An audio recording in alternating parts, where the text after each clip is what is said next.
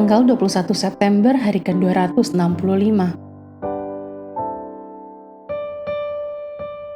Refleksi dan penyembahan.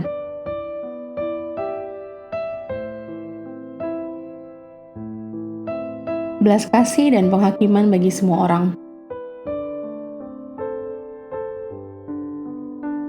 Mereka yang melihat campur tangan Allah di dalam semua hal dapat menyerahkan hidupnya dalam tangan Allah. Refleksi. Mika yang namanya berarti siapakah yang setara dengan Tuhan adalah seorang nabi bagi mereka yang diperlakukan tidak adil dan ditekan. Raja yang tidak jujur, nabi yang menyesatkan, hakim yang dapat dibeli, dan imam yang tidak bermoral, semuanya menjadi sasaran kritik dari Mika. Korupsi telah merasuki seluruh lapisan masyarakat Yehuda. Nahum yang namanya berarti beban, menutup cerita tentang Niniwe yang dimulai 1 abad sebelumnya dalam kitab Yunus.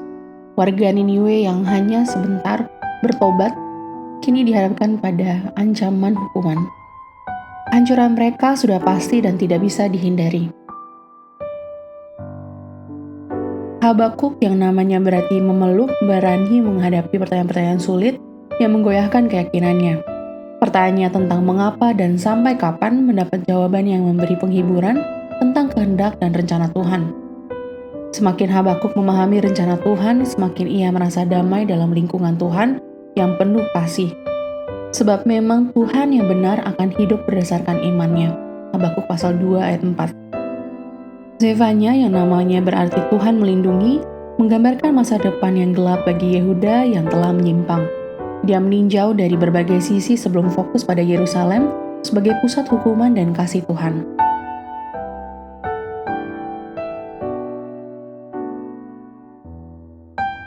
Adorasi. Pekan lalu Anda membaca kitab Yunus dan menyadari bahwa Tuhan selalu ingin menunjukkan kasih-Nya bahkan kepada orang yang sangat jahat.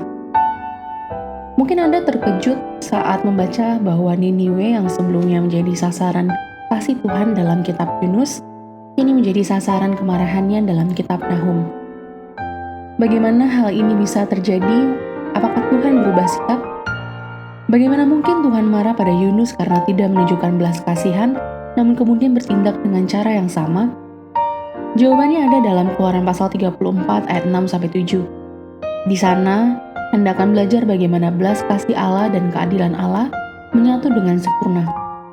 Tuhan, Allah penyayang dan pengasih, panjang sabar, berlimpah kasih-Nya dan setia-Nya, yang meneguhkan kasih setia-Nya kepada beribu-ribu orang, yang mengampuni kesalahan, pelanggaran dan dosa, tetapi tidaklah sekali-sekali membebaskan orang yang bersalah dari hukuman, yang membalaskan kesalahan bapa kepada anak-anaknya dan cucu-cucunya, kepada keturunan yang ketiga dan keempat.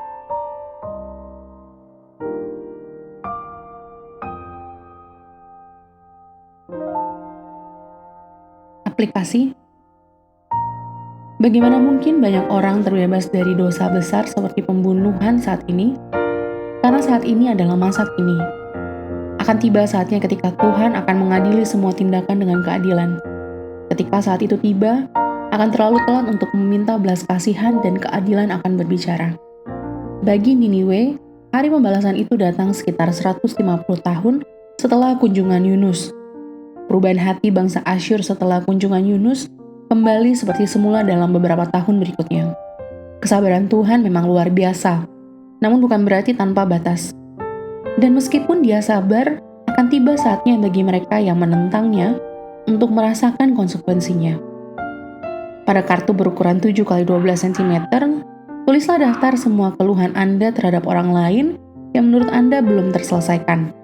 Kemudian, serahkan semua kesalahan yang belum diperbaiki tersebut kepada Tuhan dalam doa, lalu robek kartu tersebut.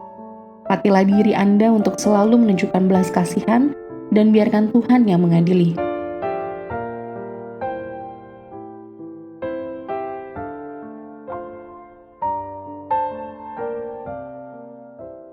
Demikian renungan hari ini. Jika Anda ingin mendengarkan bacaan Alkitab hari ini, silakan buka tautan video yang tersedia di layar Anda.